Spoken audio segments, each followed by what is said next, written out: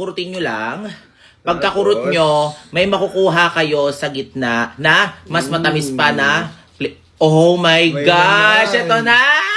Ganito na naman karaming Yuyis yung nabili ko dito sa TikTok sa murang halaga lang. Syempre mga kapatid, natikman ko na siya ng once, kaya naman bumili ulit tayo dito sa TikTok. Ang tawag dito is Yuyis Fruit Mix Flavor Punch. Ito yung parang may binubuksan siya, tapos may makukuha pa sa loob ng mas malasa pa. So, sasampulan ko kayo mga kapatid. Ito, bubuksan natin yung isa. Di man na agad yung binili ko kasi syempre alam niyo naman mga kapatid, tuwing kami nakikrib ako sa ganito.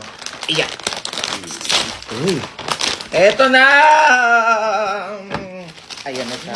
Ganyan siya kadami mga kapatid. So, try natin tong isa. Ito. Anong tawag sa flavor na to? Strawberry. So, ito yung strawberry mga kapatid. Bubuksan ko lang siya. Ayan. So, ganito lang yan mga kapatid ha. So, ito yung itsura niya. So, ayan. Pipigain nyo lang. Kukurutin nyo lang daw yun dito. Ayan. Kukurutin nyo lang. Pagkakurot nyo, may makukuha kayo sa gitna na mas matamis pa na oh my gosh! Ito na! So, ayan na siya mga kapatid. Mas matamis daw yung lasa nito at mas masarap. Sarap! O, sa'yo yan. Kinakain din daw. Kinakain din niya. Matamis din ah. Ang sarap, di ba? Pero mas malasa to. Naku mga kapatid, kaya huwag na kayo magpahuli. Ang daming laman sa murang halaga lang. Ilalagay ko dyan sa yellow basket. I-check out nyo na. Ganito kadaming roasted duck leg yung binili ko dito sa TikTok.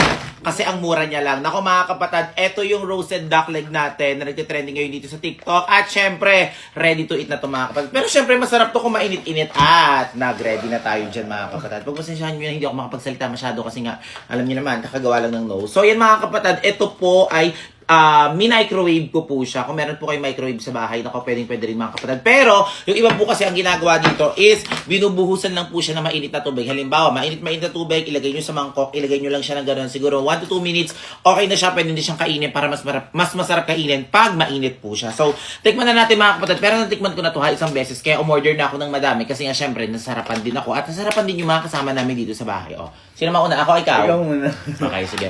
Ito yung roasted duck leg. Ano lasa? Ang sarap, ang lambot! Parang chicken. Chicken talaga siya. Ay, di ba siya chicken? Duck. Duck siya. Egg. Parang chicken yung lasa. Parang mga inasal. Mas masarap. Hmm. Ang sarap niya kahit walang sauce. May sauce na siya.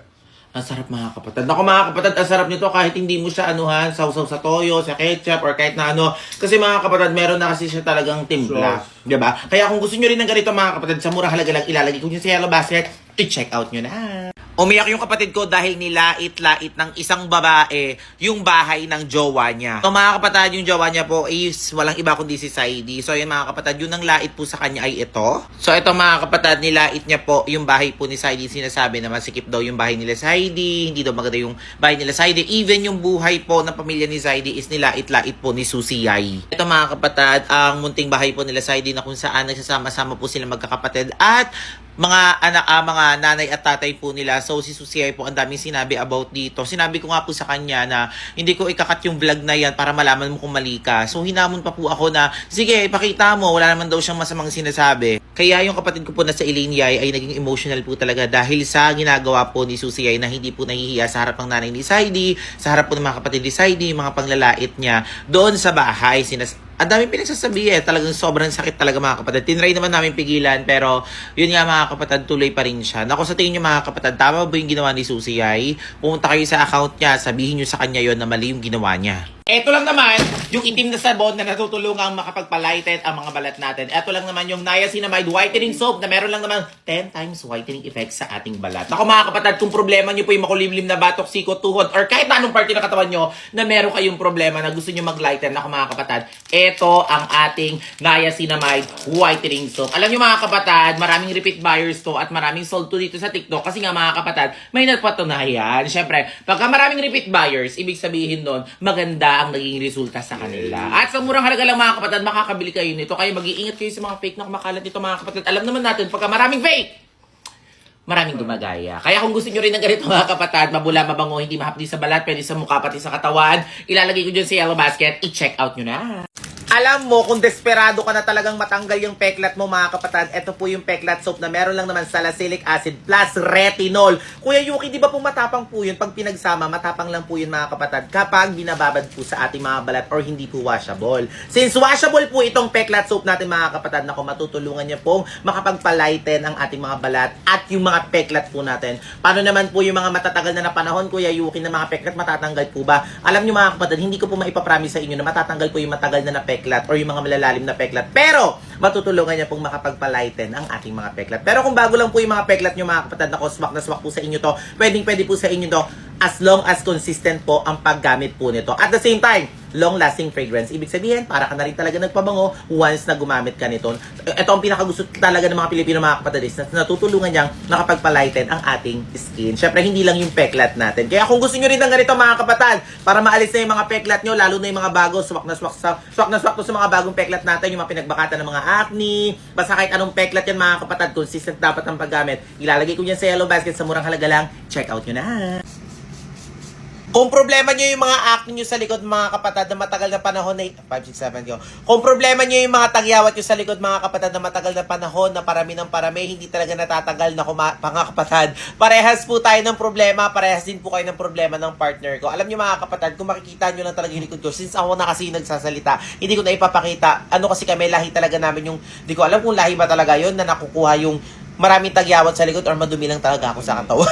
So, ayan yung partner ko rin kasi mga kapatid. So, siya po kasi is nagtitreatment ngayon ng kanyang back acne. Gamit po itong ating Eisler Skin na ang tawag po dito is Triple Acid Clarifying Treatment Spray. So, nabili ko dito sa TikTok sa murang halaga lang. So, naka-isang bottle na siya nito mga kapatid. So, ito bagong bukas para sa kanya. So, ayan. Napakasimple lang gamitin ito mga kapatid. Gaganyan nyo lang, oh.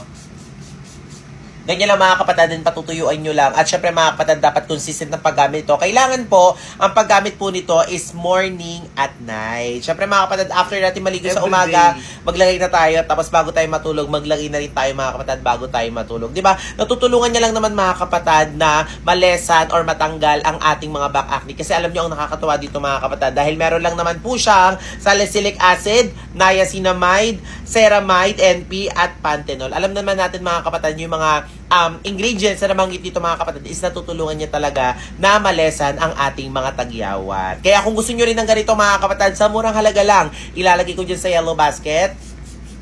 Check out nyo na.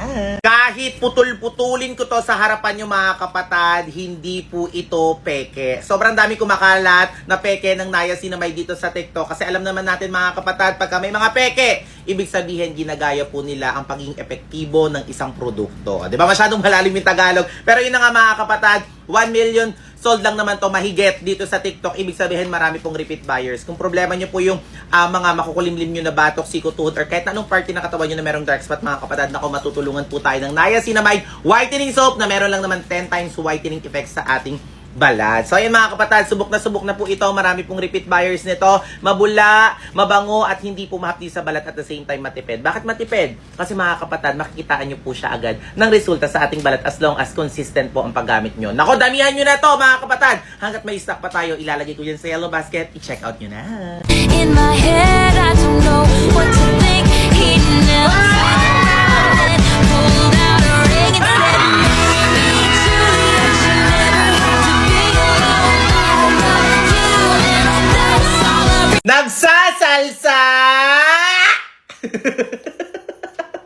So, ayun mga kapatid, kung kayo, mahilig po kayo magsalsa. Di ba yung salsa, yung sayo. Oo. Hindi, ayun mga kapatid, boys, eto ha, makinig po kayo. Kung meron kayong mga pambili ng mga bisyo nyo, pero wala kayong pambili ng ating mga pang proper hygiene natin. Ako mga kapatid, kung ang mga babae may tinatawag na feminine wash, yung mga lalaki din po is may tinatawag din na masculine wash. Alam nyo mga kapatid, nagulat ako, matagal na to sa market, pero nito lang din talaga siya sobrang naging maingay din. Tingnan nyo ha, hindi po tubig ang laman nito.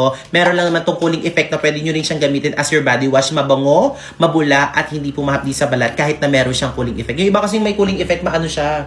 Sa sobrang lamig talaga sa balat is parang nagiging na siya, mahapdi na. Diba? So ito mga kapatid, hindi po siya mahapdi ha. Kaya mga kapatid, kung nagbibisyo ka, wala kang pambili nito, kailangan mong bumili nito. Girls, turuan po natin yung mga partner natin, mga kaibigan natin, mga lalaki, para syempre kahit papano, maiwasan din yung stress ni, kasi na-stress din yan, hindi lang tayo na-stress, pati na-stress din yan. Kaya kung gusto nyo rin ng ganito, magsasalsa! I-check out nyo ng Yesela Basket. Kimi! Nandito tayo ngayon sa bukid, oh. Kaya mo bang tumawag ngayon ng mga ibon dito para lumapit? Oy. Uy, di ba kaya mong gayahin yung mga huni ng mga ibon? Yes. Ay, perfect! O sige nga, sample nga. Gayahin mo yung mga huni ng mga ibon. O sige, ready? Ibon ba? Gusto Maya? Maya. Ay, yung maliliit lang. Oo, ay, maliliit lang yun. Kayang-kaya mo yun. Sure ako. O sige, o. Okay, bibilang ako, ha. Huwag maingay. O, wag daw maingay. Okay. 1, 2, 3, go! Ay! Hala! Ang galing! Ang galing! May tao ka sa likod mo. Hala, ang galing tali na. Isa pa nga. Isa pa nga. Lalapit yung mga ibon yan dito. Ay, wow. Isa nga, isa pa nga. Okay, okay. 5, 6, 7, go!